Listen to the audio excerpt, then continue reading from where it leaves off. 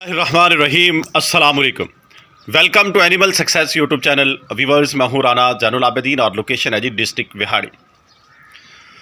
बड़ी बकरी के बारे में आपको इन्फॉर्म करूँगा इस वीडियो में कि वो अब जो है उसका सफ़र तमाम हुआ, वो मेरे पास नहीं रही। उसको इशू बन गया था, अचानक बना और उसकी कंडीशन ऐसी होगी कि वो रिकवरेबल नहीं थी। बहरहाल ये फार्मिंग का हिस्सा है। इस तरह की सूरत हाल जो है, अगर सांस वाली चीज़ें, जानदार चीज़ें रखनी हैं तो उनमें इस तरह की प्रॉब्लम्स आते रहते हैं। केयर के बावजूद, ट्रीटमेंट के बावजूद ये सूरत हाल है। ज़ाहिरी बात है कि जिस जिस्म के अंदर रूह है उसने एक ना एक दिन निकलना ही। हुआ ये, आप लोगों को मैंने उसकी अपडेट भी दी थी, उससे पहले बताया भी था कि उसने अबॉर्ट कर दिया है। सूरत हाल उसकी ये थी। और ये आप लोगों ने भी सुना होगा, कहा यह जाता है कि जो अबॉर्शन होता है ये डिलीवरी से ज़्यादा तकलीफ़ दे मरहला होता है, इसमें जानवर ज़्यादा टूट जाता है।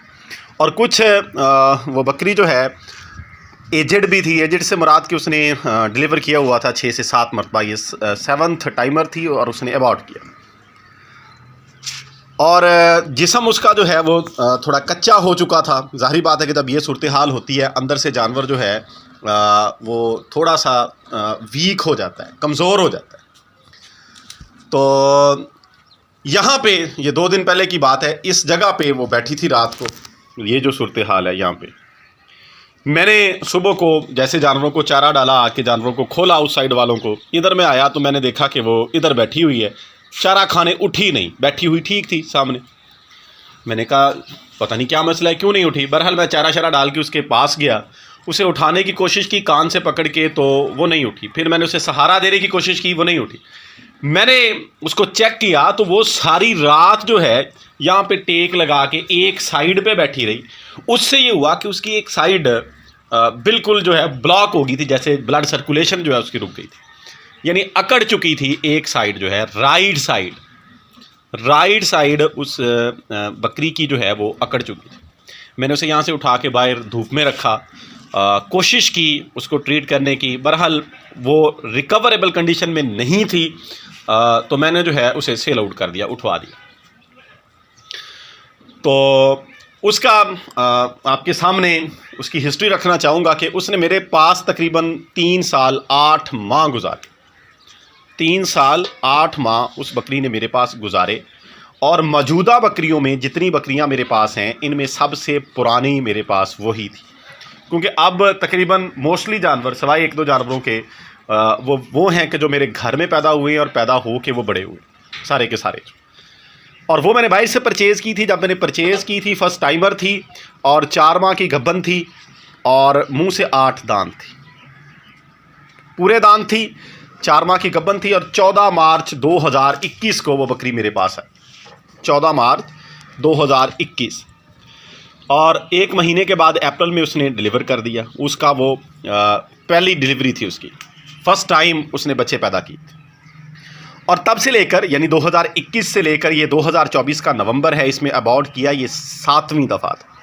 यानी वो डिलीवर करने के हर 1 महीने बाद 35 दिन 40 दिन के बाद वो क्रॉस होती रही और बच्चे पैदा करती रही। और अल्हम्दुलिल्लाह दूध अच्छा पैदा करती। जितने दिन भी वो मेरे पास रही उसकी प्रोडक्शन भी अच्छी थी, बच्चे भी अच्छे थे। उसकी अभी पट्ठे मेरे पास मौजूद हैं, ये सामने खड़ी हैं। ये डब्बी पट्ठ भी उसकी है, ये भी इसकी है।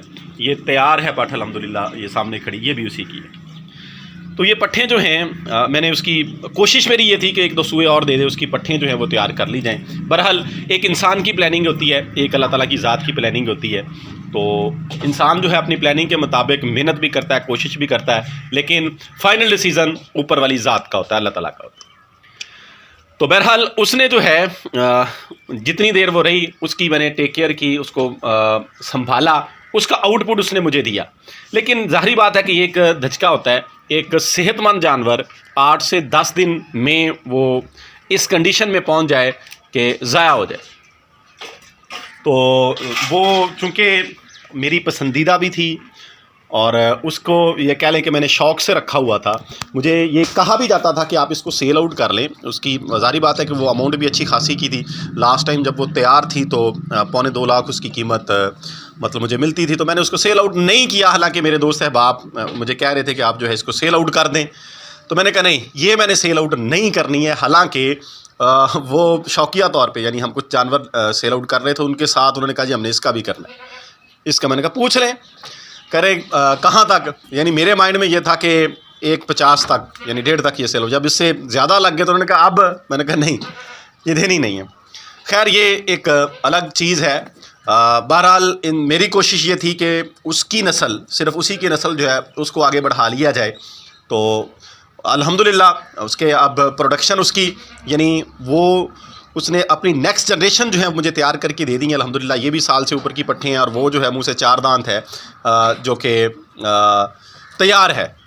तो ये फार्मिंग का हिस्सा है। आपको बताने का मकसद ये था कि इस काम के अंदर जो लोग भी हैं वो हर वक्त जो है अपनी कोशिश मेहनत के बावजूद उनको ज़हन में ये रखना चाहिए कि ये चीज़ें जो हैं, जो जान वाली चीज़ें, इनकी जान कभी भी जा सकती है। यानी ये जिस तरह इंसानों में होता है, कोई भी इंसान नहीं चाहता कि उसके प्यारे जो हैं उससे जुदा हों, किसी की डेथ हो या कोई जो है डैमेज हो किसी भी हवाले से, लेकिन ये कुदरतन ये चीज़ें होती रहती हैं। तो वैसा ही इनमें भी होता है, वैसा ही इनमें भी होता है। अब वो बकरी जो थी, 3 बच्चे थे उसके पास, एज उसकी ज़्यादा थी, कुछ हमने भी उससे यानी रेगुलर क्रॉसिंग लेते रहे उससे, तो उस वजह से भी वो कुछ ना कुछ डैमेज हुई थी। तो उसका एट द एंड रिज़ल्ट ये निकला। और वैसे भी ज़ाहिरी बात है कि एज, मैंने ये कुछ दिन पहले ही मैं सुन रहा था, तो उसमें एक शॉर्ट क्लिप था तारक जमील साहब का, तो वो बोल रहे थे कि बकरी की औसत उम्र 7 साल है। बकरी की औसत उम्र 7 साल है। औसत से मुराद ये होता है कि मोस्टली, यानी 1000 जानवर में या 500 जानवर पे ये रिसर्च की जाए तो जो मीन निकलता है, औसत निकलता है, वो 7 से 8 साल यहाँ तक निकलता होगा। ये मैंने उनसे सुना है। बहरहाल इसके ऊपर मेरी अपनी कोई रिसर्च नहीं है, कोशिश करेंगे डाटा इकट्ठा करने की। बहरहाल ज़ाहिरी बात है कि जो चीज़ हुई वो मैंने आपके सामने रख दी है। मैंने मेडिसिन में लेके आया, मैं उसको ड्रिप लगाना चाहता था, लेकिन मैंने उसकी कंडीशन देखी कि ये रिकवरेबल नहीं है। और ज़ाहिरी बात है कि जब चीज़ रिकवरेबल ना हो तो फिर उसके ऊपर उसके ऊपर मेहनत करने का, उसको ट्रीट करने का या तकलीफ़ देने का। असल चीज़ ये थी कि वो लग रहा था कि जानवर बहुत ज़्यादा तकलीफ़ में है, हम जो इसके साथ कर रहे हैं इससे इसकी रिकवरी पॉसिबल नहीं लग रही, तो इसलिए फिर मैंने उसको उठवा दी। तो अल्लाह ताला से दुआ है कि अल्लाह ताला जो है तमाम फार्मर भाइयों के ऊपर अपना फजल, अपनी रहमत जो है उसका साया रखे और तमाम जानवर जो हैं ये सलामत रहें।